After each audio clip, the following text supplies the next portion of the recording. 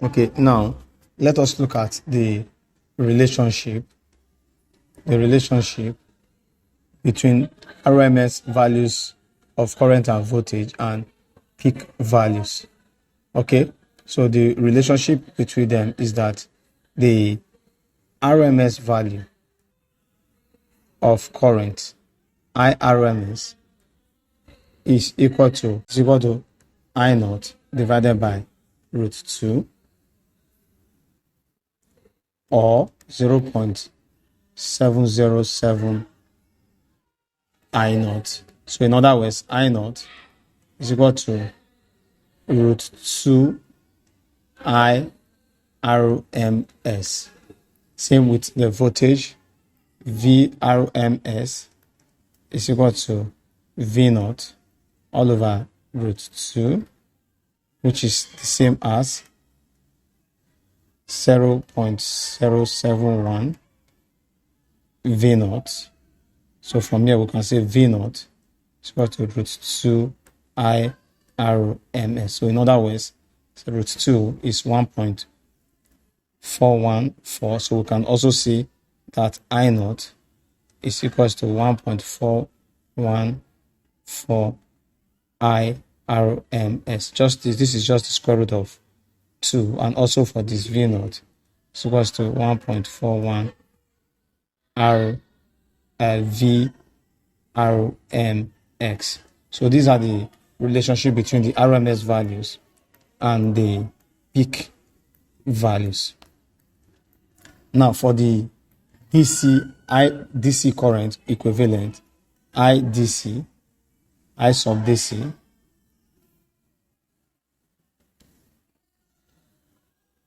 it is equal to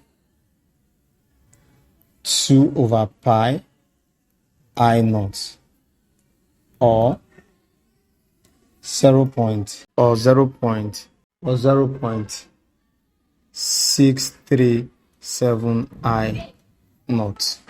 Okay, so now the next we have to look at is we're going to look at the voltages in both resistive, inductive, and capacitive circuit. So let's look at resistive circuit. A resistive circuit is one that contains only a resistor. So I'm going to draw a circuit containing a resistor. Okay, and this symbol here represents the AC circuit. So once you see this is an AC circuit. So you can put the voltage and also the frequency, which is usually measured in hertz. So this is an AC voltage. So there's a current flowing through this. Now, there's something you need to know about AC circuits. The current and the voltage may not be at the same phase, but for a resistive circuit, both the current and the voltage are in phase. What that means is that both the magnitude and direction of the current changes at the same time. At every given instant of time, they are always exactly the same. Okay? So recall that I said that the instantaneous voltage is given as V naught sine omega t. You already know what omega is. And I naught, IT, is equal to I naught sine omega t. Okay? So I'm going to draw a sinusoidal wave for this. Since the voltage and the current are in phase, I'm going to do this. I'll use this to represent the voltage, Vt, that's the instantaneous voltage, is equals to V naught sine omega t. Then for the current, I'll use this to represent the current. So this represents my current. IT is equals to I naught sine omega t. Now there's something you notice here. You'll notice that at this point here, you see that they both peak at the same time. If this is 0, this is pi over 2, this is pi, this is 3 pi over 2, and this is 2 pi. All these are just the 0. This is 90 degrees. In degrees, these are in radians. This is 180 degrees. This one is 270 degrees. And this is 360 degrees. You'll be able to convert between all of this. So this gives us this. Now you can see that the peak are always the same for all of them. You see that they peak at the same time.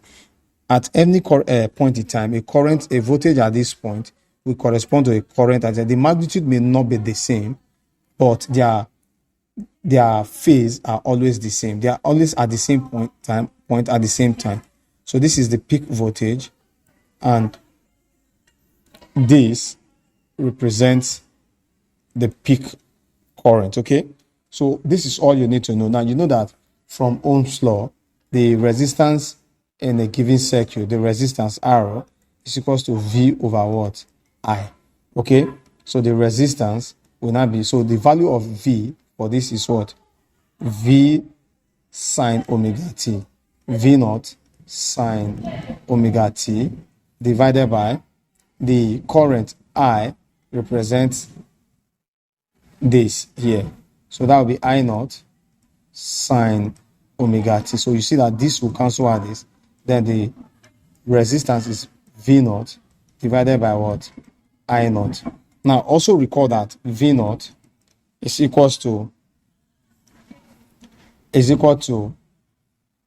root 2 I V RMS, and I naught is equal to root 2 I RMS. So what this means is that we can also express the resistance R will be equals to root 2 VRMS divided by root 2 IRMS. So this will cancel out. So you can see that the resistance is also equal to what? VRMS all over IRMS.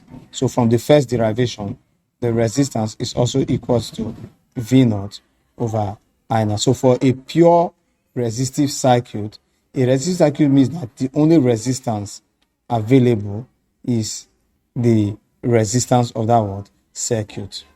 Okay, next we'll go to inductive circuit.